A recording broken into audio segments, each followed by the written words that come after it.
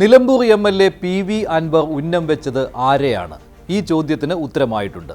മുഖ്യമന്ത്രി കൈകാര്യം ചെയ്യുന്ന ആഭ്യന്തര വകുപ്പിനെ നേരിട്ട് ബാധിക്കുന്ന ഗുരുതരമായ ആരോപണം പരസ്യമായി ഉന്നയിക്കുമ്പോൾ സർക്കാർ മൊത്തത്തിൽ പ്രതിരോധത്തിലാകുമെന്ന് അൻവറിന് അറിയില്ലായിരുന്നോ? ഇല്ല എന്ന് കരുതാൻ ഒരിക്കലും ആവില്ല. പിന്നെന്തിനാണ് അൻവർ ഇതിന് മുതിർന്നത്? രണ്ട് സാധ്യതകളാണ് അൻവർ ആരോപണം നടത്തിയ ഞായറാഴ്ച അന്തരീക്ഷത്തിൽ ഉണ്ടായിരുന്നത്. ഒന്ന്, പോലീസിലെ കൊള്ളരുതായ്മകളും അതിന് ചുക്കാൻ പിടിക്കുന്ന ADGPയും അതേ ADGP MR അജിത് കുമാറിന് എല്ലാ പിന്തുണയും നൽകുന്ന പൊളിറ്റിക്കൽ സെക്രട്ടറി P. ശശിയും. ഇവർക്കെതിരെ MLA പുറത്തു പറഞ്ഞത് മുഖ്യമന്ത്രിയുടെ അറിവോടെ എന്ന സാധ്യത. അൻവറിനെ മുഖ്യമന്ത്രി എപ്പോഴും പിന്തുണയ്ക്കുന്നതും അജിത് കുമാറിനെയും P. ശശിയെയും പുറത്തു കളയാൻ മുഖ്യമന്ത്രിക്ക് താൽപ്പര്യമുണ്ടെന്ന വാദവും ഈ സാധ്യതയുടെ സാഹചര്യ തെളിവുകളായി. രണ്ടാമത്തേത്, ആഭ്യന്തര വകുപ്പിനെയും അതുവഴി മുഖ്യമന്ത്രിയെയും പ്രതിക്കൂട്ടിലാക്കാൻ അൻവറിനെ ടൂളാക്കി പുറത്തു നിന്നുള്ള ചുക്കാൻ പിടിക്കൽ. അതും പാർട്ടിയിലെ തന്നെ പിണറായി വിജയൻ്റെ ശക്തി ക്ഷയിക്കാൻ കാത്തിരിക്കുന്ന വിഭാഗത്തിൻ്റെ മേൽനോട്ടത്തിലും ആശീർവാദത്തിലുമാണെന്ന പോരാട്ടം. രണ്ടാമത്തേത്, ആഭ്യന്തര വകുപ്പിനെയും അതുവഴി മുഖ്യമന്ത്രിയെയും പ്രതിക്കൂട്ടിലാക്കാൻ അൻവറിനെ ടൂളാക്കി പുറത്തു നിന്നുള്ള ചുക്കാൻ പിടിക്കൽ. അതും പാർട്ടിയിലെ തന്നെ പിണറായി വിജയൻ്റെ ശക്തി ക്ഷയിക്കാൻ കാത്തിരിക്കുന്ന വിഭാഗത്തിൻ്റെ മേൽനോട്ടത്തിലും ആശീർവാദത്തിലും. ഒരാഴ്ച കഴിഞ്ഞപ്പോൾ തന്നെ ഒരു സാധ്യതയ്ക്ക് മാത്രം പ്രസക്തി വന്നു. ഒന്നാമത്തേത്, സ്വന്തം വകുപ്പിനും അതുവഴി സ്വന്തം സർക്കാരിനും പ്രതിച്ഛായ നഷ്ടമുണ്ടാക്കുന്ന ഒരാരോപണം മുഖ്യമന്ത്രി അറിഞ്ഞ് എങ്ങനെ ഉന്നയിക്കാൻ അവസരമൊരുക്കും. മാത്രമല്ല, 2 തവണ മുഖ്യമന്ത്രിയായപ്പോഴും കസ്റ്റഡി മരണങ്ങളും പോലീസിൻ്റെ അതിക്രമങ്ങളും ഗുണ്ട മാഫിയ പോലീസ് ബന്ധങ്ങളും ഉണ്ടായപ്പോഴും പോലീസ് ഉന്നത തലത്തിൽ നിന്ന് നൽകുന്ന റിപ്പോർട്ടുകൾ അതേപടി ആവർത്തിക്കുന്ന പതിവാണ് പിണറായി വിജയൻ ഉണ്ടായിരുന്നത്.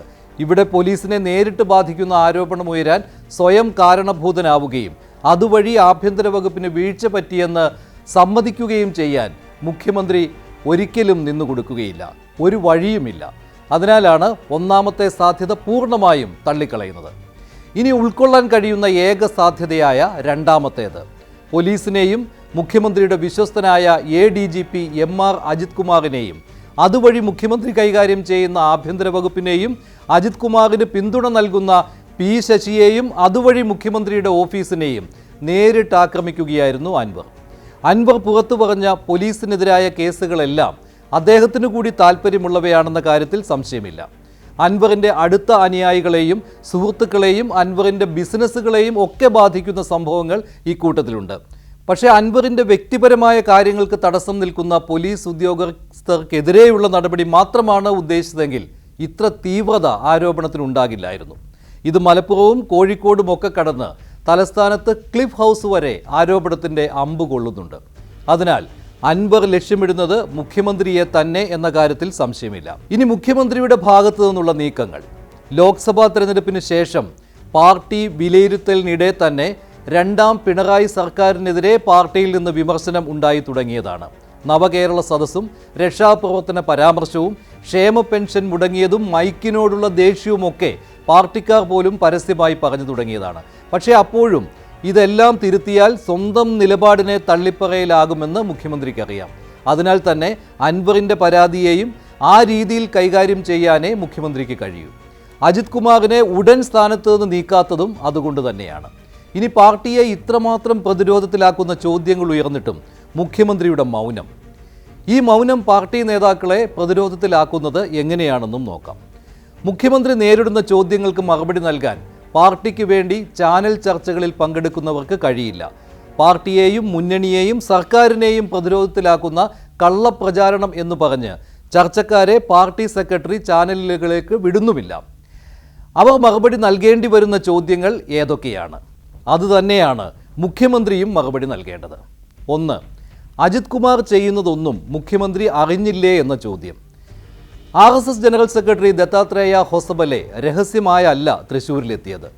RSS ക്യാമ്പിൽ പങ്കെടുക്കുമ്പോഴാണ് അദ്ദേഹത്തെ അജിത് കുമാർ സന്ദർശിച്ചത്. ഇൻ്റലിജൻസ് വഴി ഈ വിവരം കൃത്യമായി കിട്ടിയിട്ടും എന്തുകൊണ്ട് നടപടി ഉണ്ടായില്ല?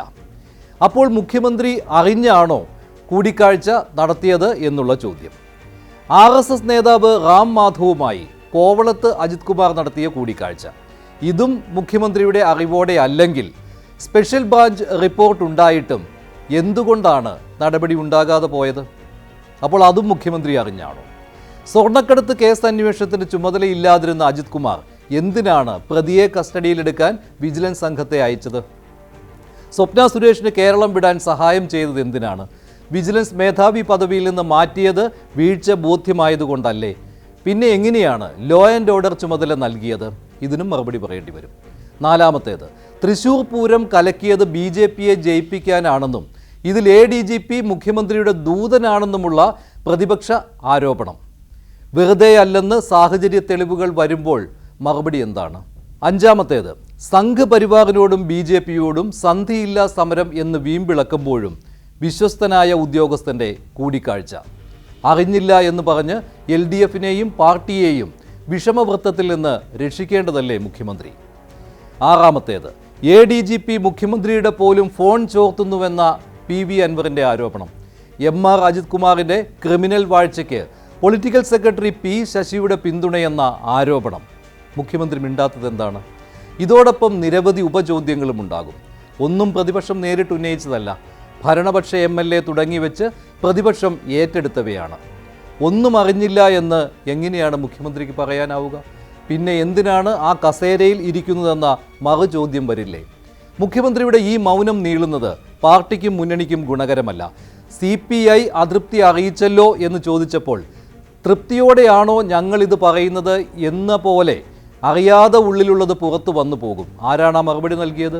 MV ഗോവിന്ദനാണ്. മൗനത്തിൻ്റെ വാൽമീകത്തിൽ മുഖ്യമന്ത്രി തുടർന്നാൽ പാർട്ടിക്കായി ചർച്ചകളിൽ ഘോരഘോരം വാദിക്കുന്ന നേതാക്കൾക്ക് വിശ്രമിക്കാവുന്ന സമയമാണ് ഇത്.